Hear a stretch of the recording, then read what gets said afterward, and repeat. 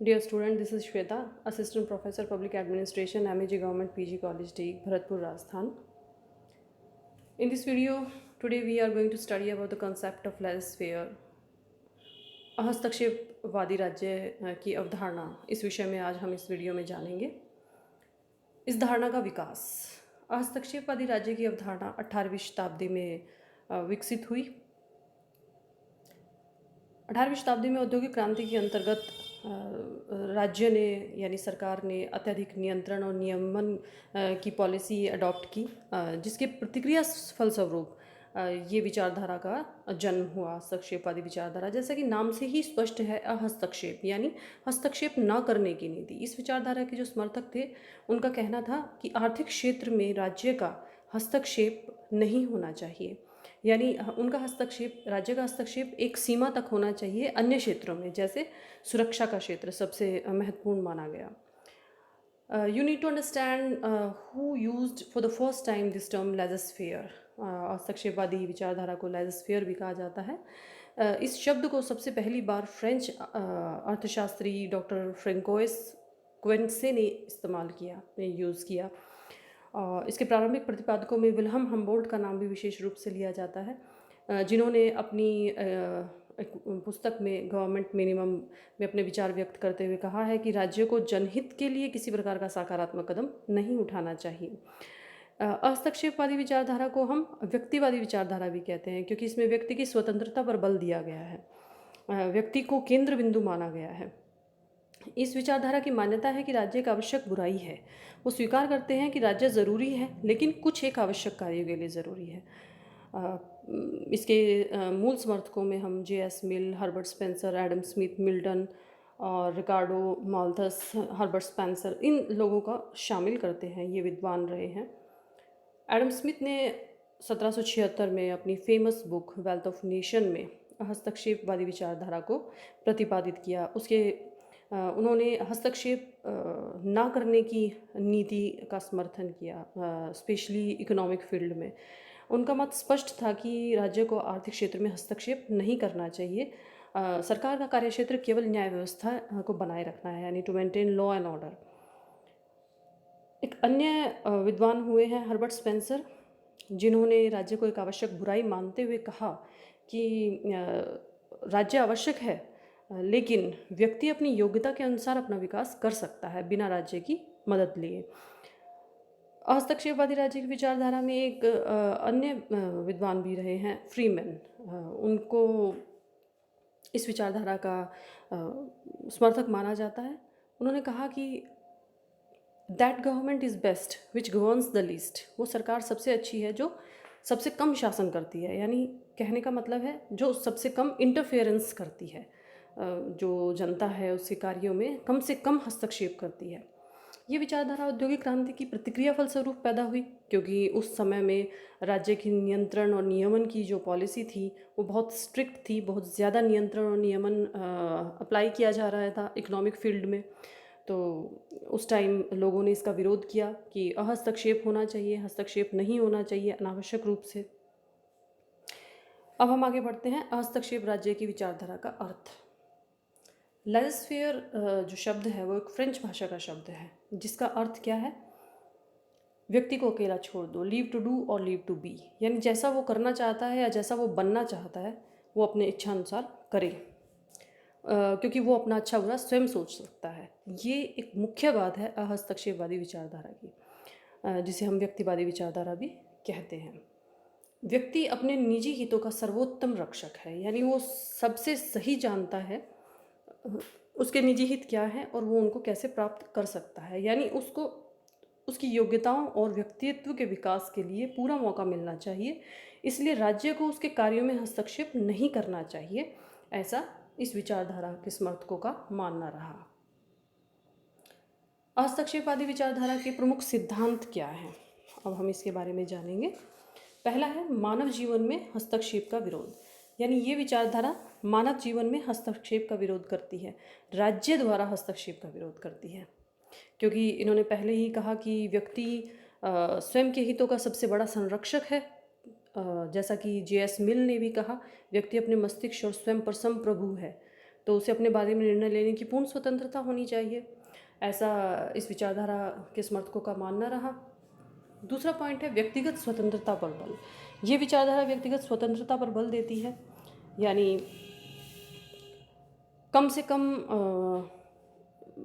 राज्य द्वारा कम से कम किसी भी व्यक्ति के कार्यों में हस्तक्षेप किया जाए। जैसा इन्होंने पहले भी कहा, राज्य का कुछ ही गतिविधियों में हस्तक्षेप होना चाहिए, जैसे मुख्य रूप से सुरक्षात्मक कार्यों में। व्यक्तिगत स्वतंत्रता पर बल, स्वतंत्र प्रतियोगिता के समर्थक, यानी ये जो विचारधारा है वो स्वतंत्र प्रतियोगिता की समर्थक है। ये विचारधारा कहती है कि व्यक्ति को उच्चतम विकास की संभावनाएं हैं वो स्वतंत्र प्रतियोगिता द्वारा ही संभव हैं,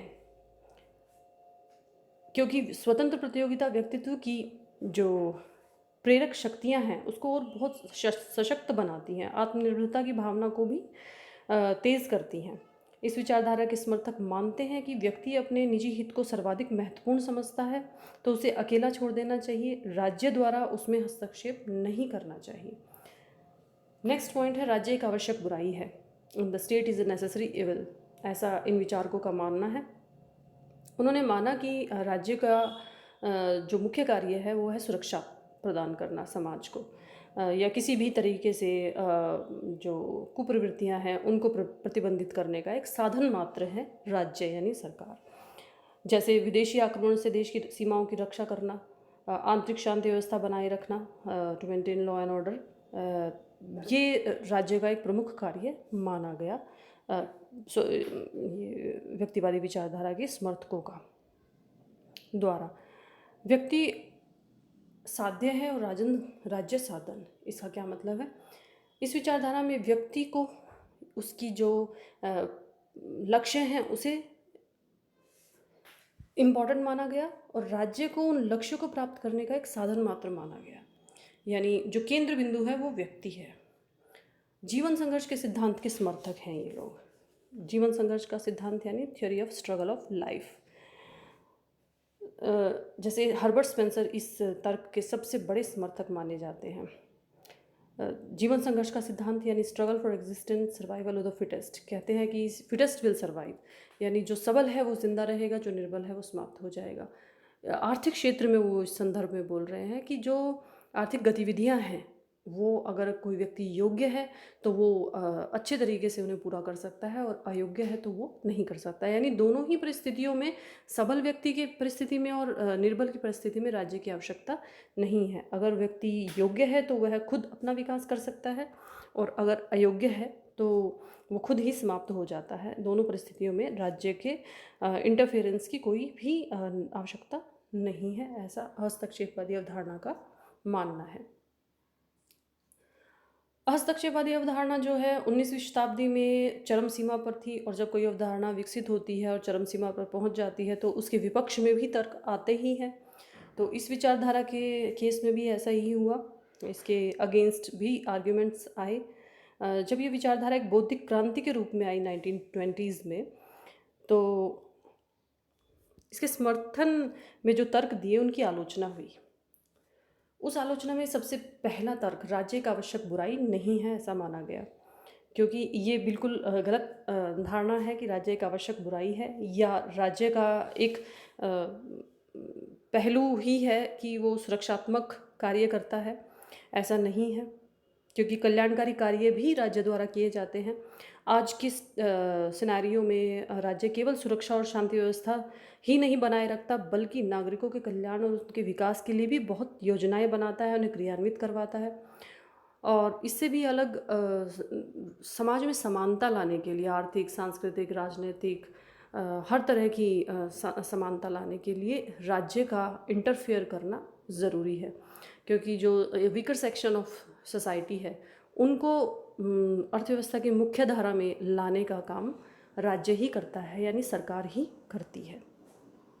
नेक्स्ट पॉइंट है व्यक्ति सदैव अपने हितों का सर्वोत्तम रक्षक नहीं होता, क्योंकि सभी व्यक्ति एक समान परिस्थिति में वर्क नहीं करते।